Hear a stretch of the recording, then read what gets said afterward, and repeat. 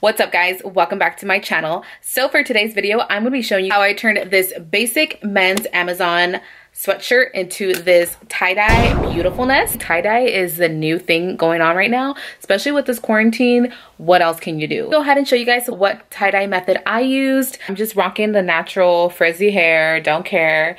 It's quarantine life. I popped on some lashes. These lashes are actually from my brand. I started my own lash biz and I will be doing a video on that, so stay tuned. But enough about that. Let's go ahead and get started with this video so you guys can see what I created. Alright guys, so this is the dye that I got from Target. I have the tan color, then I have this charcoal gray and purple. You're gonna also need something in white that you want to tie-dye. I got this men's sweater. It's gonna fit like oversized. I will link it down below. I got it from Amazon. I'm going to be needing some dish soap, and I got a little Dawn one, some rubber bands.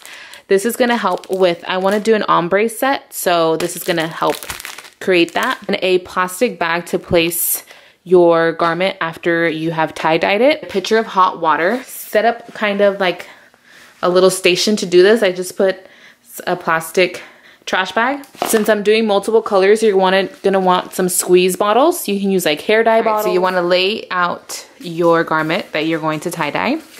And we are gonna do the scrunch method. So I will go ahead and show you right now what that looks like. Okay, to start off, you wanna go ahead and grab your rubber bands and start sectioning off your garment. So it should look a little something like this with all the rubber bands in different parts of the fabric. Okay, so you wanna grab your dish soap and add about a tablespoon into the hot water.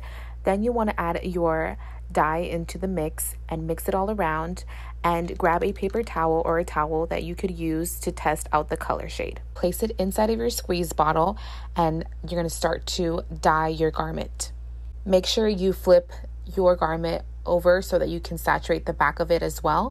Now for the lighter shade of purple that you see, you want to add a little bit more hot water to the dye to dilute it and get it to a desired lighter shade. Now for the gray shade, I did the exact same thing. I placed the dye inside the hot water, mixed it around, and placed it inside my squeeze bottle so I could saturate the rest of the garment. Then at the bottom, I added a lighter shade of gray, which I did by diluting the dye and adding more hot water to it. I want the first color to be darker than the next color, so make sure that you test out the shade. Alrighty, so this is the finished product. So I did purple ombre with gray ombre, and now we're gonna go ahead and place it inside the Ziploc bag. So we are gonna let this guy sit for a couple hours and see what he looks like once he's all dried and washed. So you want to go ahead and rinse it with cold water with all the rubber bands in place. I'm going to rinse it out until the water runs clear.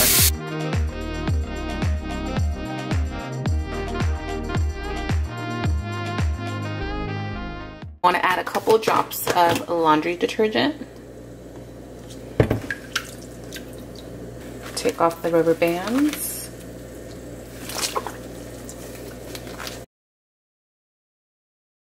If you decide to wash it by hand, then you want to dip the garment in and out of the water and consistently scrub and rinse out all of the soap.